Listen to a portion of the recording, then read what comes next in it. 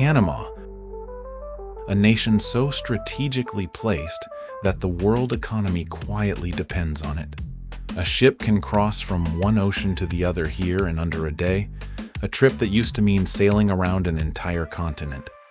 This narrow strip of land also became the source of the largest data leak in history, exposing the hidden finances of presidents, celebrities, and criminals alike. So why did a country built around a canal end up defining the word offshore? How did one law firm in Panama City end up holding the secrets of the global elite? And what happened when 11.5 million of those documents suddenly became public? Panama's reputation isn't really about the canal alone. It comes from a century of foreign ambition, financial reinvention, and a leak that changed how people understood hidden wealth. A jungle isthmus that became the world's shortcut. A law firm that quietly built companies for the powerful. A leak that took it all down. None of it happened the way you'd expect from a country this small. Panama sits on a narrow strip of land connecting North and South America, barely 80 kilometers wide at its narrowest point. Around 4.4 million people live within its borders, many concentrated in the capital, Panama City, now lined with skyscrapers that rival any financial hub in the Americas. The country uses the US dollar alongside its own Balboa, a currency pegged 1-to-1, tying its economy directly to American finance. In the 1880s, the French, fresh off completing the Suez Canal, tried to dig a passage through Panama, led by Ferdinand de Lesseps. The effort collapsed under disease and engineering failure, costing an estimated 22,000 lives. By the early 20th century, the United States saw an opportunity where France had failed. In 1903, Panama declared independence from Colombia with American backing, clearing the way for a new canal deal. Construction resumed in 1904 under American control, and the Panama Canal opened in 1914, connecting the Atlantic and Pacific through 3 lock systems. At Gatun, ships are raised about 26 meters in 3 steps to reach the man-made Gatun Lake, then lowered back down through the Pedro Miguel and Miraflores locks on the Pacific side. A full transit takes around 8 to 10 hours, still far faster than sailing around South America. Control of the canal stayed American for decades, a source of ongoing tension until the Torrijos-Carter treaties in 1977 set a path for Panama to reclaim it. On December 31, 1999, the canal officially became Panamanian property. Revenue from ship tolls now funds a significant share of the national budget, and an expansion completed in 2016 added new locks capable of handling much larger container ships.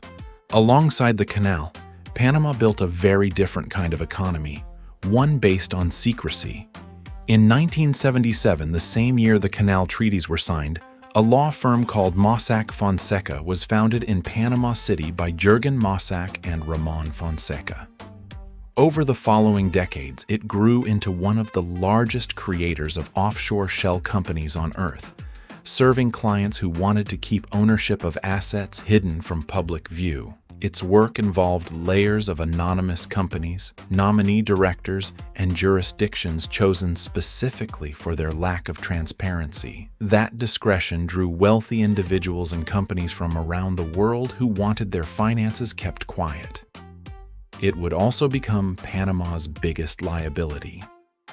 In 2015, an anonymous source contacted a German newspaper, Süddeutsche Zeitung, offering access to Mossack Fonseca's internal files. The leak eventually totaled 11.5 million documents and 2.6 terabytes of data, shared with the International Consortium of Investigative Journalists and roughly 400 reporters worldwide. When the story broke in April 2016, it exposed offshore holdings connected to dozens of world leaders, athletes, and celebrities. Iceland's prime minister resigned within days after his own hidden holdings surfaced. Investigations opened across dozens of countries, and public trust in offshore finance took a lasting hit. Mossack Fonseca shut down entirely by 2018, undone by the very kind of leak it had spent decades protecting clients from. Beyond the scandal, Panama built other economic engines that rarely make headlines. The colon-free trade zone, established in 1948 near the canal's Atlantic entrance, grew into one of the largest free trade zones in the world, moving billions of dollars in re-exported goods through its warehouses every year. Panama City's skyline, filled with towers built during a construction boom in the 2000s and 2010s, earned it comparisons to Dubai among Central American cities. Rural and indigenous communities, including the Guna Yala comarca along the Caribbean coast, often see little of that wealth. Most of it stays concentrated in the capital, far from the canal's toll booths and the glass towers that surround it. None of that shows up in Casco Viejo, the colonial old town still standing as a UNESCO World Heritage Site, its narrow streets and Spanish-era buildings a world apart from the skyscrapers just across the bay. Along the San Blas Islands, the Guna people maintain their own semi-autonomous territory and traditions, largely separate from the financial capital's rhythm. Leaked documents and canal tolls rarely make it out here, where colonial history, indigenous communities, and international shipping all somehow share the same narrow strip of land. Panama City's bay looks the same after dark as it does in every photo of it. Skyscrapers glowing against black water, container ships still queuing for their turn through the canal just beyond the skyline. A failed French canal that became an American triumph. A treaty that became a homecoming. A law firm that became a warning. Panama is a shortcut for the world's shipping, and underneath that, a country where most people live nowhere near the money passing through it. Until next time, keep wondering, keep discovering, and we'll see you on our next adventure.